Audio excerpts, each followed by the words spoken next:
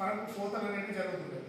మరి ఇట్లా ఈ మే నెలలో గత 5-6 సంవత్సరాల నుంచి మనం చూసుకున్నట్టయితే మనకు మే మొదటి వారం నుంచి మొదటి వారం, రెండో వారం, మూడో వారం ఇట్లా మనకు అనుకోకుండా అకాల వర్షాలు వచ్చి అయితే కోత దశలో ఉన్న వరి పంట పొలంలో కానీ లేదు అని అంటే కోసి మనం వరి కొనుగోలు కేంద్రం కానీ కళ్ళాన్ని కానీ తీసుకొచ్చిన వరి కళ్ళం దగ్గర తడవడం ద్వారా కానీ ఇట్లా ఈ వచ్చే అకాల వర్షం ద్వారా మనం నష్టపోతున్నాం.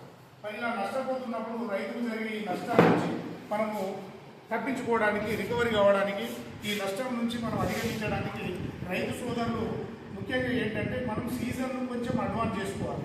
సీజన్ అడ్వాన్స్ చేసుకోవాలంటే మనం కొంచెము నారు పోసి నాటు వేసే టైంను మనం ముందుకు వెళ్ళాలన్నమాట.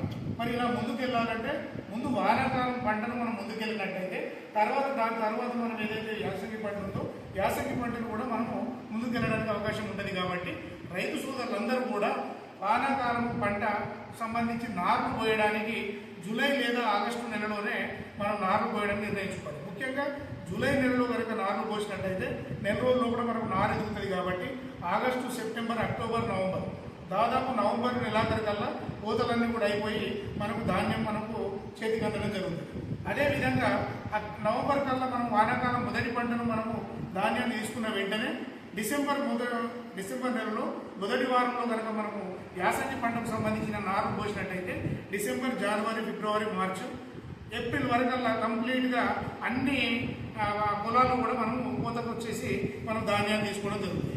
అలా ఏప్రిల్లోనే మనం కోతలు పోయడం వల్ల మన చేతికి ధాన్యం వచ్చినప్పుడు ఈ అకాల వర్షాలతోటి ధాన్యం తడిసిపోవడం కానీ, పొలాలు పడిపోవడం కానీ, కోత దశలో ఉన్న పొలాలు నేలకొని నష్టపోవడం కానీ ఇటువంటి నష్టం నుండి మనము ధాన్యాన్ని మన పంటను కాపాడుకోవచ్చు. కాబట్టి ప్రతి రైతు కూడా ముఖ్యంగా ఏంటంటే బోర్ల ద్వారా వ్యవసాయం చేస్తున్న రైతుకు నీళ్ళ సౌకర్యం ఎలాగో ఉంటుంది కాబట్టి అష్యూర్డ్ ఇరిగేషన్ ఉంటుంది. కాబట్టి మనము సీజన్ను కొంచెం ముందుకు వెళ్ళినట్టయితే మనము ఈ నష్టం నుంచి మనము అధిగమించి మనం బయటపడవచ్చు అని చెప్పి రైతు సోదరులందరికీ కూడా మేము సూచించడం జరుగుతుంది.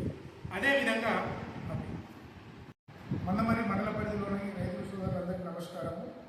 గత కొన్ని సంవత్సరాలుగా మన నిత్య ఆహార వినియోగంలో భాగంగా వరి అనేది మనకు ప్రధానమైన ఆహార పంటగా తయారైంది. వరిని ఆహార ధాన్యంగా వినియోగించడం అనేది గత కొన్ని తరాలుగా మనము అలవాటు చేసుకున్నాం. కానీ ఈ విధంగా మనము ఏదైతే వరిని ప్రధాన ఆహార ధాన్యం పంటగా మనం వినియోగిస్తున్నామో అట్టి వరిని వినియోగించడం వలన కొన్ని మనకు అంటే ముఖ్యంగా మానవులకు కొన్ని దుష్ప్రభావాలు కలుగుతున్న సందర్భంలో మీకు తెలియజేయడం ఏంటంటే వరి అనే పంట ముఖ్యంగా మనము ఎప్పుడూ నీటిని వినియోగించుకొని అంటే దాదాపు వరి నాటు పెట్టినప్పటి నుండి నారుమడి నుండి నాటు పెట్టినప్పటి నుండి పంట పూతయిపోయే వరకు కూడా దాదాపు 5 సెంటీమీటర్ల నీటి నిల్వతో పండే పంట. అంటే దాదాపుగా ఎక్కువ నీటిని వినియోగించుకొని పండే పంటల్లో వరిని మనము ప్రధానమైన పంటగా మనం పేర్కొనవచ్చు. కాబట్టి ఈ విధంగా ఎప్పుడు నీటి నిల్వతో పండడం వలన మనము ఎనరోబిక్ కండిషన్స్ ఏర్పడతాయి. ఎనరోబిక్ కండిషన్స్ అంటే మనకు ఎటువంటి గాలిని కూడా భూమి తీసుకోలేని పరిస్థితిలో వరి పంటను పండిస్తున్నాం.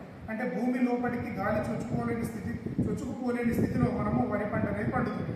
కాబట్టి ఈ విధంగా ఈ ఎనరోబిక్ కండిషన్స్లో ఒక రకమైన బ్యాక్టీరియా తాను భూమి నుంచి నీటి నుంచి ఆర్సెనిక్, కాడ్మియం, లెడ్ వంటి భారలోహాలను ఎక్కువగా సంగ్రహిస్తుంది, అంటే ఎక్కువగా తీసుకుంటుంది.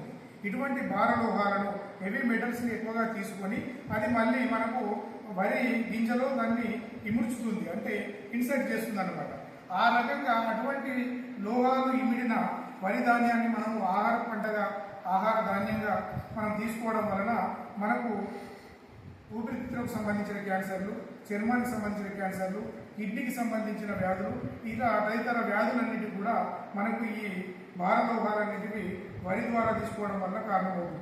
కాబట్టి రైతు సోదరులు వరికి బదులుగా ప్రత్యామ్నాయ పంటలైనటువంటి పప్పు ధాన్యాలు, నూనె గింజల పంటలు, చిరుధాన్యాలు సాగు చేసి వాటిని ఆహార ధాన్యాలుగా వినియోగించడం ద్వారా మనము ఏదైతే ఇటువంటి దుష్ప్రభావాలు వరిని అధికంగా వినియోగించడం ద్వారా ఆహార పంటగా తీసుకోవడం ద్వారా జరుగుతున్నటువంటి కలిగే దుష్పరిణామాల నుండి మనము కాపాడుకోవచ్చు, రక్షించుకోవచ్చు. కాబట్టి వరికి బదులుగా ప్రత్యామ్నాయ పంటలైనటువంటి పెసర, మినుము, కంది, ఉలువలు, శనగలు వంటి పప్పుధాన్య పంటలతో పాటు పొద్దుతిరుగుడు, వేరుశెనగ, నువ్వులు వంటి నూనె గింజల పంటలతో పాటు అదేవిధంగా ఆయిల్ పామ్ అనేది కూడా ప్రధాన నూనె గింజ పంటగా మంచి మద్దతు ధరనిస్తూ ప్రభుత్వం ఎంకరేజ్ చేస్తున్న పంట. కాబట్టి మనము ఆయిల్ పామ్ సాగు వైపు కూడా రైతు సోదరులు ఎక్కడైతే నీటి సౌకర్యం ఉంటుందో ఆయిల్ పామ్ పంట వైపు రావాలని, వరి తర్వాత వరినే పండించకుండా ఇతరత్ర పంటలు, పప్పుధాన్య పంటలు లాంటివి సాగు చేసుకుని వరిని ఒక పంట ఏక పంటగా మాత్రమే